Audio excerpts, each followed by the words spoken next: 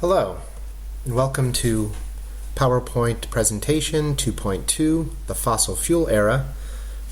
This is for week number 2 in RSC 5040, Energy in the Environment, Green Mountain College. And again, my name is Steve Latender. So this presentation really is designed specifically to understand our current energy system, where we gain our energy from, and how that energy is used. So let's go ahead and get started. So recall from the last presentation, we are currently in the midst of the fossil fuel era, this 150-year period where humans began exploiting fossil fuel resources to meet our energy demands and develop very complex technological societies. Of course, we should also recognize that there is a significant portion of the global population that has not benefited or participated in this process. Millions of people today live without access to electricity or must cook or heat their homes using traditional fuels. But today, the vast majority of our energy is supplied from fossil fuels. And of course, as I mentioned, that is not distributed equally across the globe. So this particular graph here, I think, is particularly important. This is a line graph diagram that's produced by Lawrence Livermore National Laboratory, and this was from 2012. And the situation today here in 2015 would not be that different. So this graph shows on the left side the sources of energy, the primary sources of energy, as they move through the economy into the different uses: electricity generation, residential, commercial, industrial, and transportation. So this graph is to scale, so the thickness of the lines indicate the relative quantity of the fuel used, and here the total energy use is 95.1 quads, and quad stands for quadrillion of BTUs. So when we look on the left of this chart, we see the three major fossil fuels: petroleum, the green line; coal, the black line; natural gas being the blue lines, provide roughly 80% of our total energy. So we are indeed in the fossil fuel era, where the vast majority of our energy that powers our culture, our civilization, is derived from these three forms of fossil fuels. And so as you move from left to right, we see where these fuels are going into the system. Again, I like this graph because it really presents us as kind of a system where energy is coming in these various uses. And so petroleum, we see, is largely connected to transportation. So the fuel that we use for our cars and trucks and buses are all petroleum-derived fuels, gasoline and diesel fuels. And there is some amount of petroleum that's used in industrial processes. So when we think about the energy source, petroleum, the primary end use, what we call end use, is for transportation. And again, some use in industrial processes. Coal, we see, is directly linked to electricity production. Some 40 to 50% of our electrical energy is produced in coal-fired power plants. And again, there is some amount of coal, that thin black line, moving through the industrial sector. There is some coal that's used for industrial purposes. So again, a lot of times people confuse petroleum and electricity production. I just want folks to be very clear that petroleum is used for transportation. There's very, very little petroleum used for power production. When we think of power production, coal is the most significant fossil fuel used for generating electrical energy.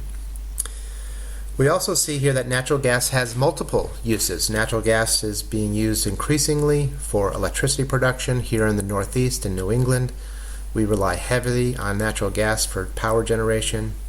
Natural gas is also used in homes and businesses for heating spaces and for heating hot water. And there are also a number of industrial uses for natural gas. One of the important insights that we can gain from looking on the right side of this chart is the gray shade indicates the energy that is rejected. They call it rejected energy. It's the primary energy coming into the system. On your left, only a fraction of that is translated into actually useful energy. So much of the primary energy that we use is wasted is released as waste heat or rejected energy.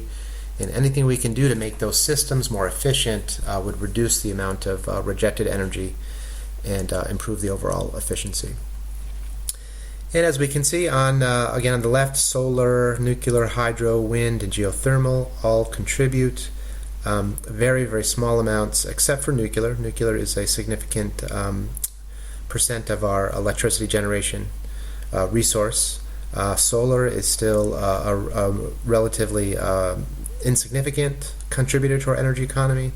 Wind has been expanding in the past couple decades. Geothermal, there is some geothermal power production out in the western states, in California in particular, but again, it's still small relative to the overall energy economy.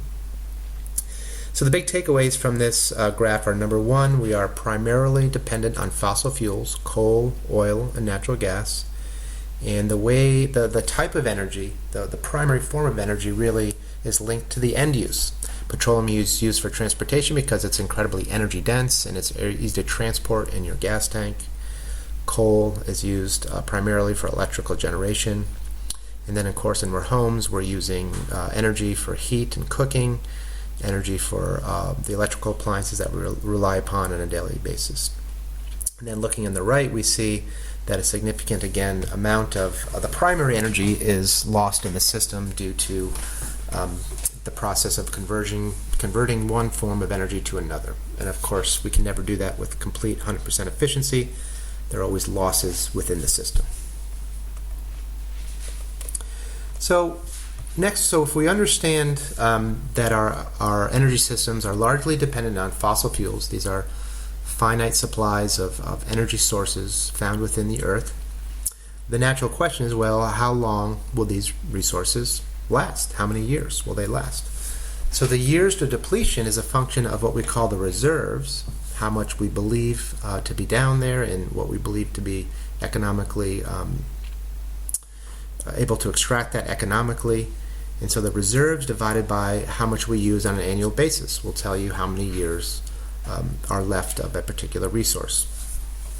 So focusing on this box chart, we see reserves is that bright green area, and reserves are what we know for certain is available, and we also know that using existing technologies we can extract that energy cost effectively, meaning it'll be economical for us to extract that. And so beyond reserves, there are some resources that we think are out there. We don't know for sure, but we can assign some degree of confidence that they're out there. And then, of course, over time, various technologies change, and the economics of extracting fuel sources, energy sources, also change. So that reserves is somewhat of a moving target. It will expand as new discoveries are made, and it can expand as new technologies are developed to extract energy from the earth. So this question of how long will these resources last is really a very difficult question to answer. The reserves is a moving target. The amount that we use typically does remain constant or increase over time. So there is no general universal understanding of exactly when these resources will run out, again because of these complex confounding factors. Generally, what I've read across different studies suggests that there's coal sufficient to last 100 years plus years.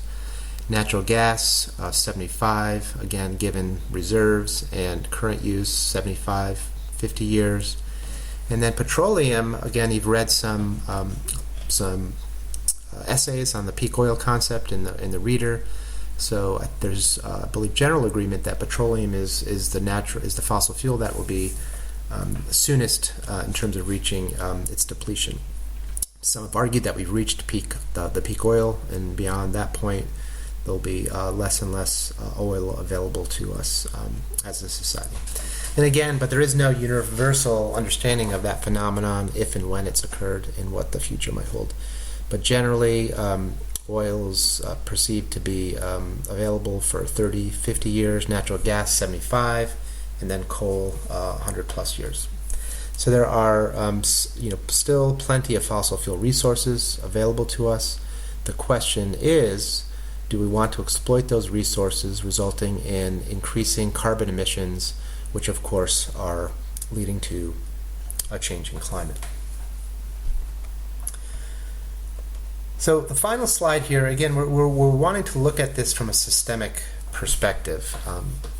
We've got energy sources coming into the system, providing these different end uses, and then this idea that the fossil fuels reserves is a moving target and can change with technology. And so the couple of important points that I think one can take away from this, thinking about this from a systemic systems perspective, is that the technology and the costs of extraction represents a positive feedback loops in terms of fossil fuel reserves. Case in point would be hydraulic fracturing. The technique of hydraulic fracturing has allowed us to expand that green box of reserves, because now we've developed techniques which allow us to cost effectively extract reserves of oil and gas that perhaps in the past were not economic. And the other system perspective here is the prices. The price of fossil fuel resources is linked to the cost effectiveness of extracting those resources. So shale oil, shale gas, and tar sands oil are really only economical when the price of oil is $80 or $90 a barrel plus. And there's been a lot of talk as of late in the past year as the price of oil has gone down below $60 per barrel. There's been quite a slowdown in shale oil production in the United States. And again, so there's this positive, this negative feedback loop. As the price of petroleum in the markets goes down, then that has a negative impact in terms of the cost effectiveness of these various techniques or these technologies used to extract these resources. So again, we are in the midst of this fossil fuel era, and we are highly dependent. 80% of our energy comes from these three primary sources of fossil fuels: coal, natural gas, and petroleum. So with that, we'll conclude. Thank you very much.